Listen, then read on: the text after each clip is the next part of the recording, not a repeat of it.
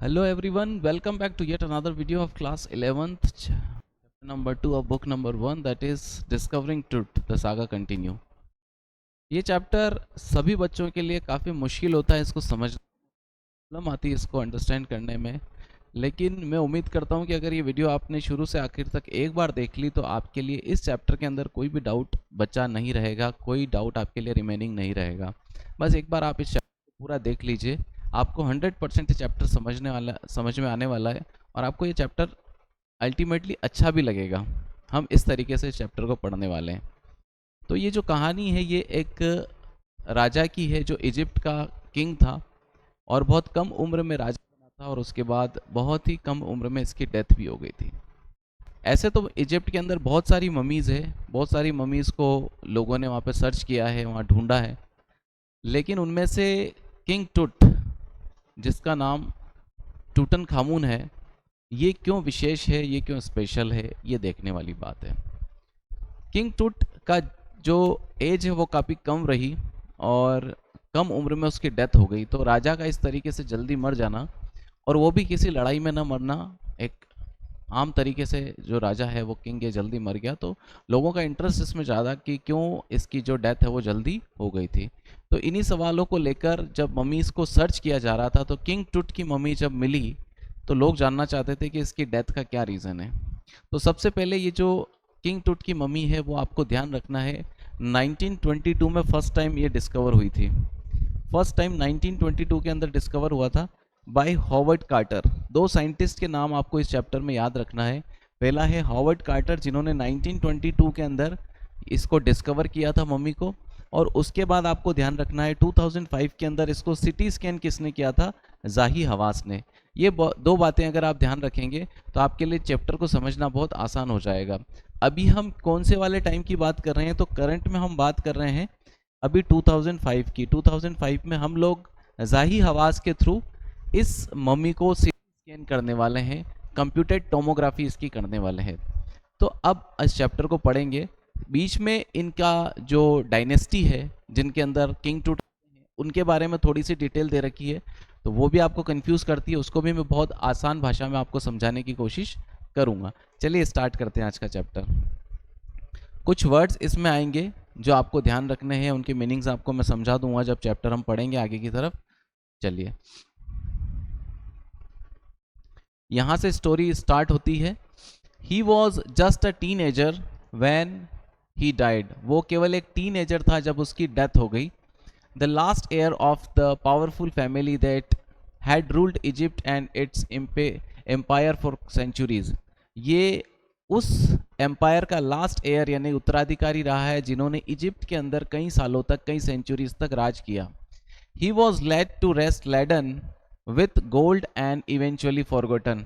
इसको सोने के साथ और बहुत सारे दूसरे आभूषणों के साथ गाड़ कर, दफना कर भूल दिया गया, मतलब उसको भूल गए लोग उसको गाड़ कर। Since the discovery of his tomb in 1922 the modern world has speculated about what had happened to him। जब पहली बार उसकी टूम को खोजा गया 1922 में, तो मॉडर्न वर्ल्ड इस बात को जानने में काफ़ी उत्साहित हो गई कि जो राजा था इसके साथ क्या हुआ होगा, with murder being the most extreme possibility. और इसकी डेथ का सबसे मोस्ट एक्सट्रीम पॉसिबल कारण क्या हो सकता है, तो वो है मर्डर, इसका ज़रूर मर्डर हुआ होगा। Now leaving his tomb for the first time in almost 80 years. उसके बाद 80 साल तक इसकी टूम को बिल्कुल हाथ नहीं लगाया गया। जब 1922 में इसको पहली बार खोजा था उसके बाद 80 साल तक किसी ने हाथ नहीं लगाया। Tut has undergone a CT scan that offers a new clues about his life and death। अब 80 साल बाद उसको CT स्कैन करके देखेंगे कि उसकी लाइफ और डेथ का क्या रीज़न रहा होगा। And provides precise data of an accurate forensic reconstruction of the boyish pharaoh. और हमें प्रिसाइज डेटा मिलेगा, एकदम अच्छा एक्यूरेट डेटा मिलेगा, ताकि हम उसकी जो मौत है उसके सीक्वेंस को रीअरेंज कर सके, सारे इवेंट्स को रीअरेंज कर सके। उसे फॉरेंसिक रिकंस्ट्रक्शन कहते हैं। फेरो का मतलब होता है किंग। तो ये रीजन है उसका सीटी स्कैन करने का। An angry wind stirred up ghostly dust devils at King's Tut was taken from his resting place in the ancient Egypt cemetery known as the Valley of Kings। तो ये जो किंग टूट है, इसकी टूम कहाँ पर है? इजिप्ट के अंदर एक जगह है जिसका नाम है वैली ऑफ किंग। अभी मैं आपको उसका नक्शा दिखाऊंगा, आपको समझ में आ जाएगा। उसके अंदर से जब हमने पहली बार वो सिमेट्री ग्रेवयार्ड के अंदर से उसको जब पहली बार हटाया, तो वहाँ पे तूफानी हवाएं चलने लगी और सारी जो बालू रेत है वहाँ पे उड़ने लगी। Dark billowed clouds had scudded across the desert sky all day. और एकदम पानी से भरे हुए काले काले बादल ने वहाँ पर पूरी तरीके से तेज भागते हुए सारी चीज़ों को कवर कर लिया था। वहाँ तेज भाग रहे थे उस डेजर्ट के अंदर दिन के टाइम में, स्काई के अंदर। And now were willing the stars in cascade grey. और अब शाम के टाइम पे वो सारे के सारे बादल तारों को इस तरीके से ढक रहे थे जैसे एक कैस्केट होता है। कैस्केट एक पुराने टाइम में एक डब्बा हुआ करता था जिसके अंदर लोग अपनी ज्वेलरी वगैरह रखते थे, ज्वेलरी बॉक्स कह सकते हैं। तो वो ज्वेलरी इस तरीके से उस बॉक्स में रखी जाती थी, वैसे स्टार उस बादलों के अंदर छुप गए थे। It was 6 PM on January 2005। अब ये 6 बजी हुई थी जनवरी 2005 के अंदर। The world's most famous mummy glided had first into a CT scanner brought here to probe the lingering medical mysteries of this little understood young ruler who died more than 3,300 years ago। अब इतने सालों बाद most famous mummy जो है उसका sir सबसे पहले CT scan के अंदर डाला गया ताकि हम ढूंढ सकें, फाइंड कर सकें उसकी जितने भी अनआंसर्ड क्वेश्चंस है, उसकी medical mysteries of his death, मतलब उसकी मृत्यु की जितनी भी मेडिकल मिस्ट्रीज हैं उसका पता लगाया जा सके, जिसकी डेथ हुई थी 3,300 साल पहले। All afternoon, the usual line of tourists from around the world had descended into the crammed rock-cut tomb some 26 feet underground to pay their respect। दिन भर उस दिन भी जैसे कि टूरिस्ट वगैरह आते हैं इजिप्ट के अंदर ममीज़ की टूम को देखने के लिए, उस दिन भी बहुत सारे लोग आए हुए थे। और वो टूम कैसी है? बहुत क्रैम्ड है, यानी सकड़ी है और पत्थरों से कटी हुई है, रॉक कट है, करीब करीब 26 फीट गहरी है। लोग वहाँ जाकर अपनी रेस्पेक्ट शो कर रहे थे उस किंग को। They gazed at the mural on the walls of the burial chamber. कुछ लोग वहाँ पर म्यूरल्स को देख रहे थे, दीवालों के ऊपर फोटो बने हुए, चित्र बने हुए, वॉल भत्र चित्र कहते हैं उन्हें, उनको देख रहे थे। And peered at the Toots gilded face. और कुछ लोग उसके जो सोने से लदा हुआ चेहरा है उसका गिल्डेड फेस है। The most striking feature of his mummy, उस मम्मी का सबसे खूबसूरत पार्ट जिसको देखकर लोगों को काफ़ी अट्रैक्शन फील होता है, उसको देख रहे थे। शेप्ड आउटर कॉफिन लिड, और वो बिल्कुल जो चेहरा था उसके ढक्कन के ऊपर बना हुआ था, यानी कि ये कॉफिन है, कॉफिन का ऊपर का जो ढक्कन है उसके ऊपर चेहरा बना हुआ है, यानी पूरी आदमी का शेप बना हुआ है उस ढक्कन के ऊपर। तो उसको देख के लोगों को काफ़ी अच्छा लगता है वो देखने में। Some visitors read from guide books in the whisper, और कुछ विजिटर्स जो हैं गाइड बुक के अंदर देखकर बड़बड़ाते हुए पढ़ रहे थे। अदर्स स्टूड साइलेंटली, कुछ लोग चुपचाप खड़े थे। Perhaps pondering Tut's untimely death in his late teens, और शायद वो सोच रहे थे, पॉन्डरिंग मतलब सोचना, शायद वो सोच रहे थे कि इस ये जो राजा है इसकी अनटाइमली डेथ कैसे हो गई, ये आपको इसमें देखने को मिलेगा। और wondering with a shiver if the pharaoh's curse, या फिर कुछ लोग ये सोच रहे थे कि क्या हो अगर जो फेरो की कर्स है यानी राजाओं का जो श्राप है वो हमें लग जाए। और वो श्राप क्या है?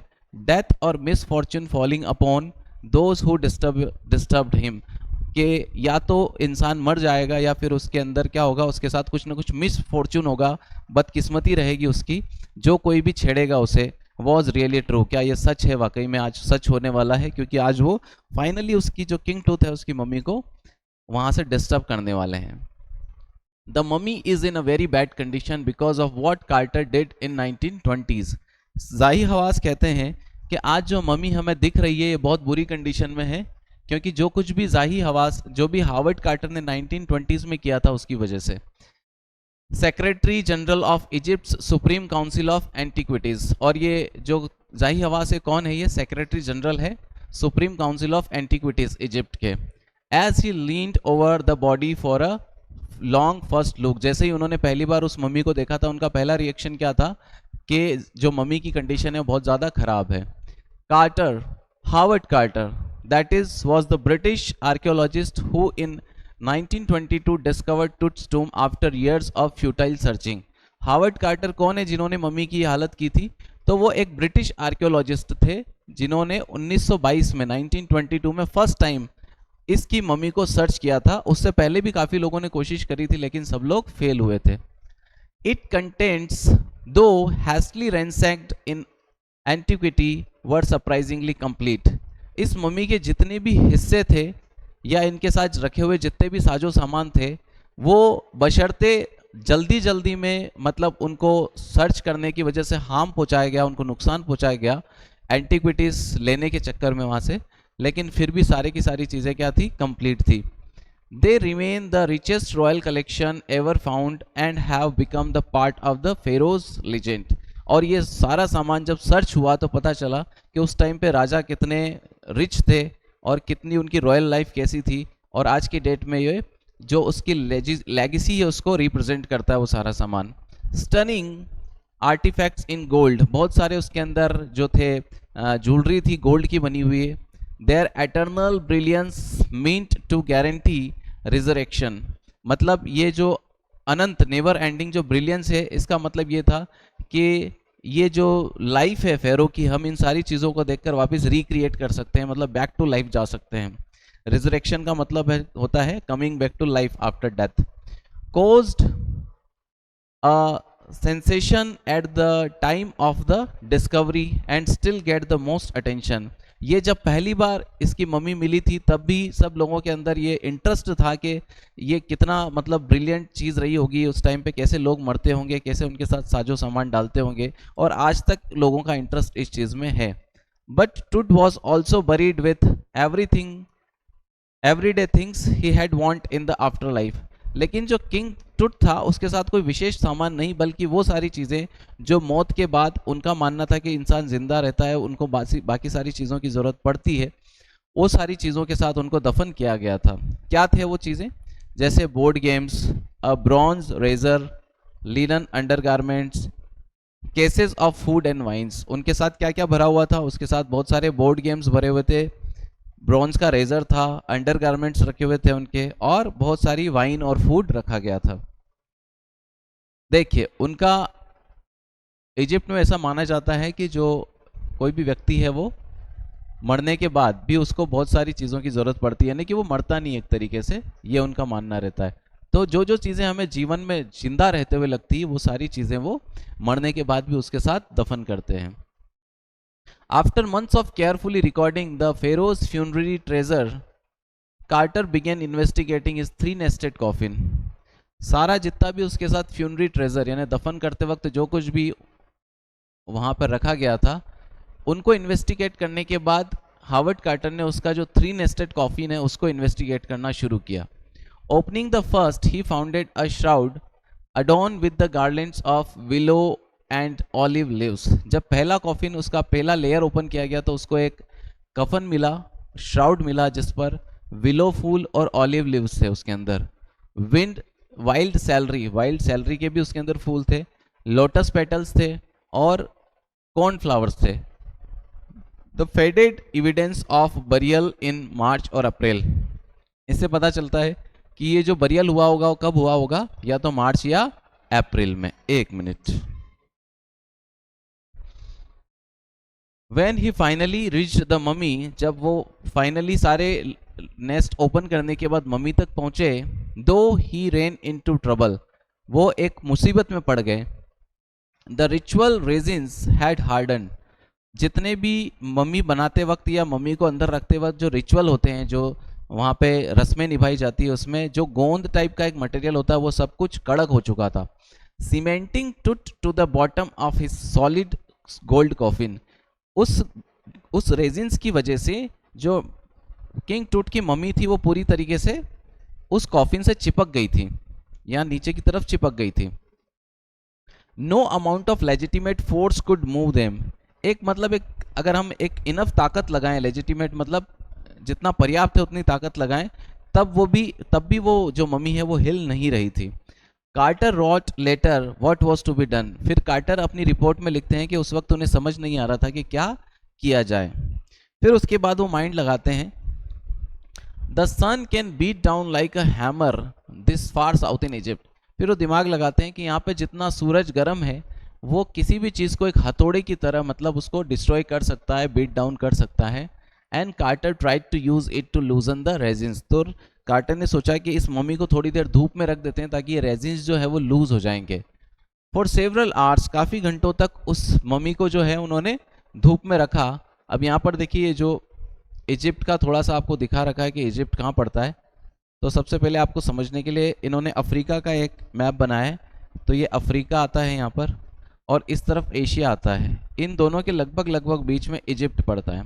इस इजिप्ट वाली जगह को अगर आप जूम आउट करें, जूम इन करें, तो ये कुछ इस तरीके से दिखता है। ये जो पार्ट है पूरा ये इजिप्ट है।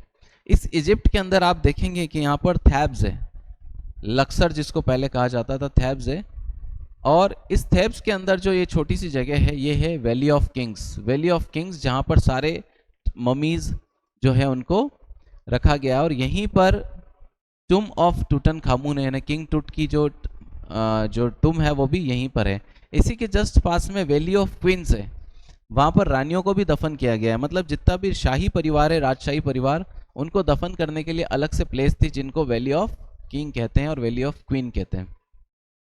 तो घंटों तक किंग टूट की मम्मी को जो है वो, किंग टूट की मम्मी को नहीं, किंग टूट की मम्मी को धूप में रखने के बाद ही set the mummy outside in blazing sunshine that heated it into 149 degrees Fahrenheit.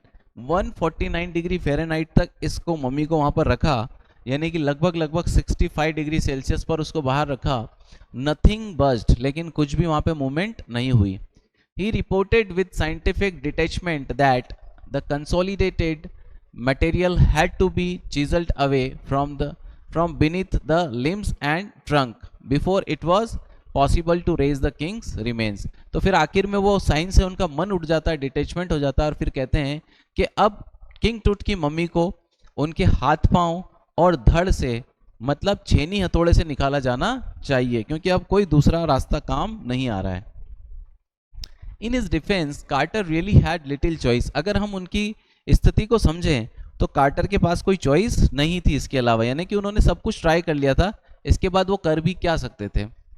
Quarter really had a little choice if he hadn't cut the mummy free. अगर उन्होंने मम्मी को नहीं काटा होता या नहीं निकाला होता, thieves most certainly would have circumvented the guards and ripped it apart to remove the gold।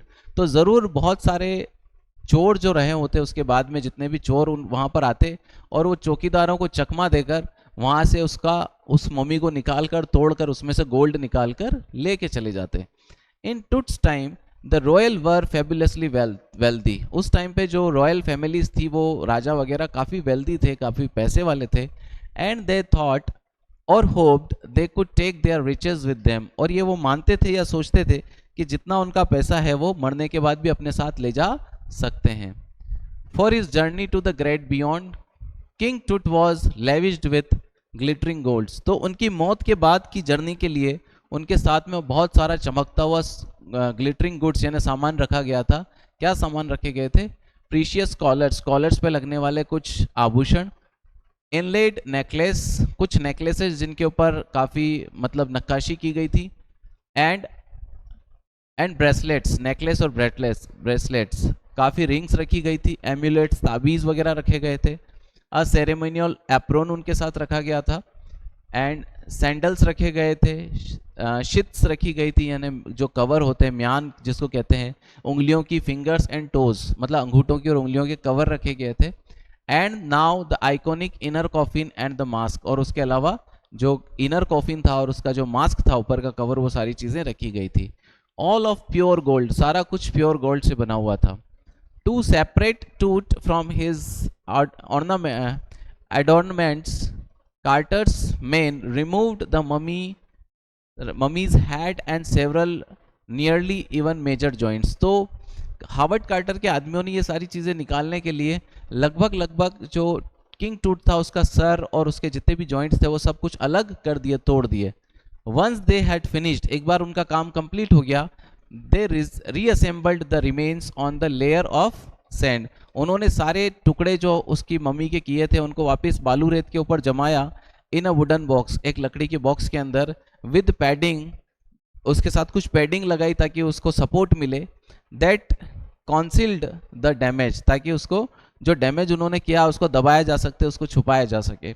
The bed where टूट नाउ रेस्ट, और अब वही यही बेड है जिसके ऊपर किंग टूट आज की डेट में हमें मिला है। यानी वो जो सारा डेकोरेटिव कॉफिन वगैरह था वो सारा हटा के एक सिंपल से बॉक्स में उसको रख दिया गया।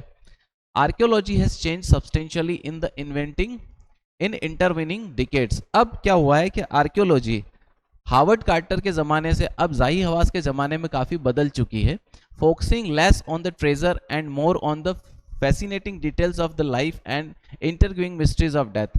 अब लोगों का इंटरेस्ट उनके ट्रेजर में नहीं है, उनके खजाने में नहीं है, बल्कि उन क्वेश्चंस और उन मिस्ट्रीज में है कि ये कैसे मरा था, इसके साथ क्या हुआ था, ये सारी बातों को जानने में ज़्यादा इंटरेस्ट है। It also uses more sophisticated tools, आज की डेट में बहुत सोफिस्टिकेटेड यानी पर्टिकुलर मशीन है लोगों के पास, इंक्लूडिंग मेडिकल टेक्नोलॉजी, जिसमें मेडिकल टेक्नोलॉजी भी इंक्लूड है। इन 1968, more than 40 years after कार्टर्स discovery, यानी कि करीब करीब 40 साल के बाद जब हावर्ड कार्टर ने इसकी डिस्कवरी करी थी, एन एनाटॉमी प्रोफेसर, एक एनाटॉमी प्रोफेसर ने क्या किया था, x rayed the mummy and revealed a startling fact.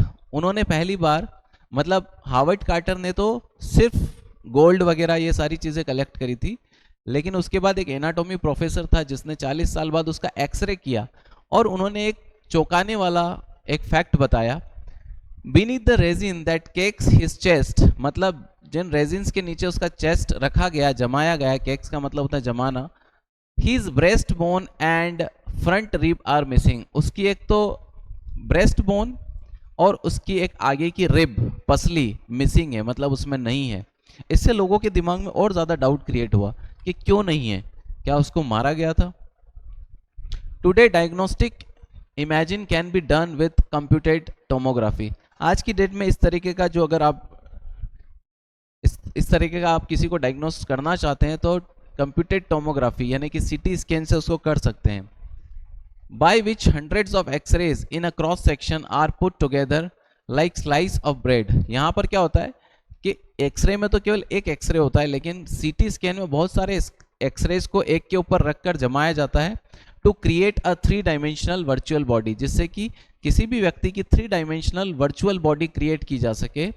What more would a CT scan reveal of tooth than the X-ray, जो कि एक्सरे से ज़्यादा बहुत सारी जानकारियाँ रिवील कर सकती थी किंग टूट की डेथ के बारे में। And could it answer 2 of the biggest question still lingering about him, और क्या ये जो अनआंसर्ड क्वेश्चन है किंग टूट के बारे में, 2 सबसे बड़े, उनको आंसर कर पाएगी। जो पहला क्वेश्चन है हाउ डिड ही डाई, वो कैसे मरा, and how old was he eight the time of his death, और वो जब मरा तब वो कितने साल का था। ये 2 क्वेश्चन है जिनका आंसर क्या वो कर पाएगी या नहीं। तो ये 2 क्वेश्चन के आंसर करने के लिए वो क्या करने वाले हैं, सीटी स्कैन करने वाले हैं। चलिए, king Toots demise was a big event. अब यहाँ पर वो बताते हैं कि जो किंग टूट की डेथ है वो एक बड़ा इवेंट थी। क्यों थी? Even bye royal standards he was the last of his families line, वो अपने परिवार का आखिरी राजा था। And his funeral was the death Ratle of the dynasty, और उसकी मौत के बाद मतलब एक तरीके से पूरी जो डायनेस्टी वो फिनिश हो गई थी, क्योंकि उसके बाद वहाँ पे बूढ़ी महिलाएं और केवल बूढ़े लोग ही बचे थे। But the particulars of his passing away and its aftermath are unclear, लेकिन इसकी डेथ के जितने भी क्वेश्चन है और जो कॉन्सिक्वेंसेज है, इसके बाद क्या हुआ क्या नहीं हुआ, आफ्टर मैथ का मतलब होता है बाद की गणित, वो सारी किसी को पता नहीं है। अब यहाँ पर थोड़ी सी उसकी डायनेस्टी के बारे में बताया गया है। अमेनोटेप थर्ड, टूट्स फादर और ग्रैंडफादर। तो ये अमेनोटेप थर्ड जो थे वो या तो किंग टूथ के फादर रहे होंगे या ग्रैंडफादर रहे होंगे। was a powerful pharaoh who ruled almost 4 decades at the height of the 18th dynasty golden age। यहाँ पर वो कहते हैं कि अमेनोटेप थर्ड का जो टाइम था वो बेस्ट टाइम था, जो करीब 40 साल तक उन्होंने राज किया और ये गोल्डन एज रही उनकी। His son Amenhotep IV succeeded him and initiated one of the strangest period in the history of Egypt। इसके बाद उनका राज अमेनोटेप 4 ने लिया और उन्होंने बड़ा अजीब राज किया, अजीब तरीके से राज किया उन्होंने। Ancient Egypt. The new pharaoh promoted the worship of the Aten the sun disk. ये जो नया राजा बना था अमेनोटेप 4, इन्होंने एटन की पूजा स्टार्ट करवा दी। Changing his name to Akhenaten to और servant of Aten and moved the religious capital from old city of Thebes to the new city of Akhenaten known as Amarna। उसने क्या क्या चेंजेस किए? उसने अपना नाम भी चेंज कर दिया। उसने अपना नाम कर दिया अखेनाटेन। अमेनोटेप नाम था उसका, उसने अपना नाम कर दिया अखेनाटेन। इसका मतलब होता है सर्वेंट ऑफ एटन, यानी सन डिस्क का पुजारी। और उसने अपनी राजधानी जो थी वो भी चेंज कर दी। थेब्स से वो कहाँ लेकर चला गया? सिटी ऑफ अखेनाटेन लेकर चला गया, जिसको आज की डेट में अमारना कहा जाता है। यानी कि पहले कहाँ पर थी राजधानी? तो पहले थी थेब्स में, ओल्ड सिटी ऑफ थेब्स थी पहले, और अब वो सिटी ने शिफ्ट करके कहाँ लेके चला गया? अमारना लेकर चला गया इसकी कैपिटल को। He further shock the country by attacking Amun. उसने इतना करता तब तो ठीक था, लेकिन जितने आमून थे, मतलब जो आमून पहले जिसकी पूजा होती थी, अ मेजर गॉड मतलब मुख्य जो भगवान थे वहाँ के। Smashing his images and closing his temples. उसने सारी उसकी इमेजेस को ख़त्म कर दिया, उसके टेम्पल्स को बंद करवा दिया। It must have been a horrific time said Ray Johnson. इस बारे में रे जॉनसन कहते हैं कि ये जो टाइम रहा होगा ये बहुत ही हॉरिफिक रहा होगा, मतलब डरावना रहा होगा। Director of university of Chicago research centre in Luxor. ये लक्सर में डायरेक्टर हैं किसके? University of Chicago research centre के। The site of ancient Thebes, ठीक है, ये एक एंशियंट थेब जो है पुरानी, वहाँ पे एक साइट है। The family that had ruled for centuries was coming to an end. वो परिवार जिसने कई सालों तक, कई सदियों तक राज किया, अब वो खत्म होने वाला है, coming to an end. And then Akhenaten went a little wacky. और फिर उसके बाद अखेनाटेन थोड़ा खिसक गया, पागल हो गया, वैकी हो गया वो। आफ्टर अखेनाटेन्स डेथ, फिर अखेनाटेन जब मरा, a mysterious ruler named Smenkhkare appeared briefly and exited without hardly a trace. जब अखेनाटेन मरा तो उसके बाद स्मेंखाकेर आया, और ये राजा कब आया कब गया किसी को पता नहीं चला। And then a very young Tutankhaten took the throne. और फिर एक छोटा सा बच्चा जिसका नाम था टूटन खातेन, उसको राज गद्दी पर बिठाया गया। King Tut as he widely known today, जिसको आज की डेट में हम किंग टूट के नाम से जानते हैं और इसी की कहानी हम आज पढ़ रहे हैं। The boy king soon changed his name to Tutankhamun. और इसने अपना नाम बदलकर वापस क्या कर दिया? टूटन खामून कर दिया। यानी वापस ये किसकी पूजा करवाने लग गया? आमून की, living image of Amun. Tutankhamun का मतलब होता है living image of Amun. And oversaw restoration of the old ways. और उसने सारे जो पुराने तरीके थे उनको रीस्टोर कर दिया, वापस पुनर्स्थापित कर दिया। He reigned for about 9 years। 9 साल तक उसने राज किया। And then died unexpectedly. और फिर वो एकदम मर गया। तो ये जो कहानी है, इसमें जो आपको डायनेस्टी बताई गई, इसको अगर हम शॉर्ट में समझे तो आप देखिए, सबसे पहले अमेनोटेप थर्ड आए, जो कि किंग टूट के या तो दादा या पापा रहे होंगे। और ये टाइम जो था ये कैसा था? ये बिल्कुल बेस्ट टाइम था उसके दौर का। फिर अमेनोटेप 4 आया, जो लास्ट में पागल हो गया था, और उसने आमून से हटाकर वापस एटन की पूजा करवानी शुरू कर दी थी। इतना ही नहीं, आमून के जितने भी मंदिर थे, उनकी मूर्तियां वगैरह थी, उसको तोड़वा दिया था। फिर स्मेंखाकेर आया, वो आया और गया हो गया, कब आया कब गया किसी को पता नहीं। और उसके बाद टूटन खातेन आया, जो कि वापस एटन से हटाकर आमून की पूजा एस्टेब्लिश करवाता है, और वही हमारा किंग टूट बनता है। तो ये छोटी सी कहानी आपको ध्यान रखनी है इनके डायनेस्टी की।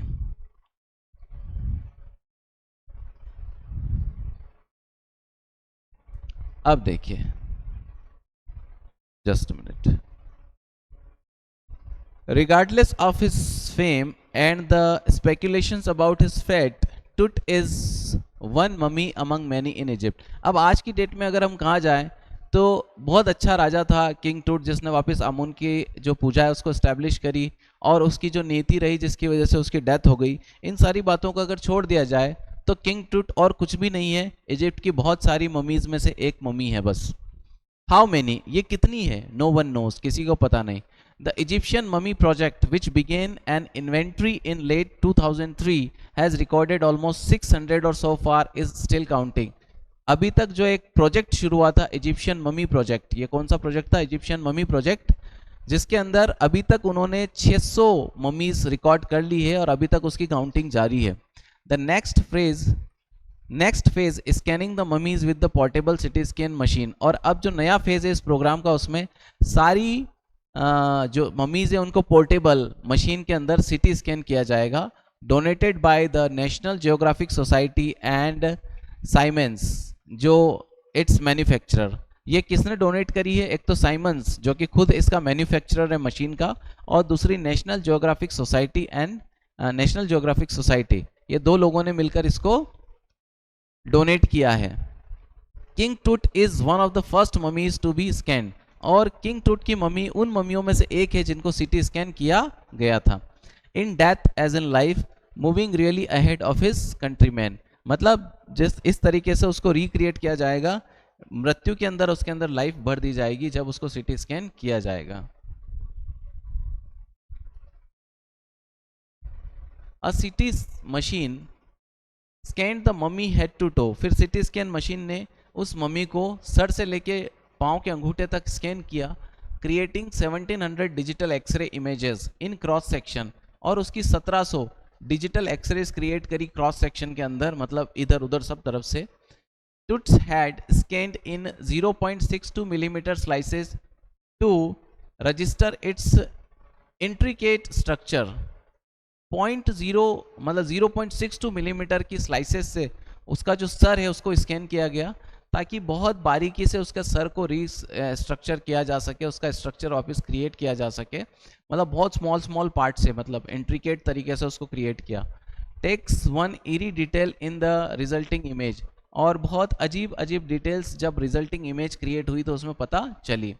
With tooths entire body similarly recorded, और उसके बाद पूरी बॉडी को भी इसी तरीके से स्कैन किया गया।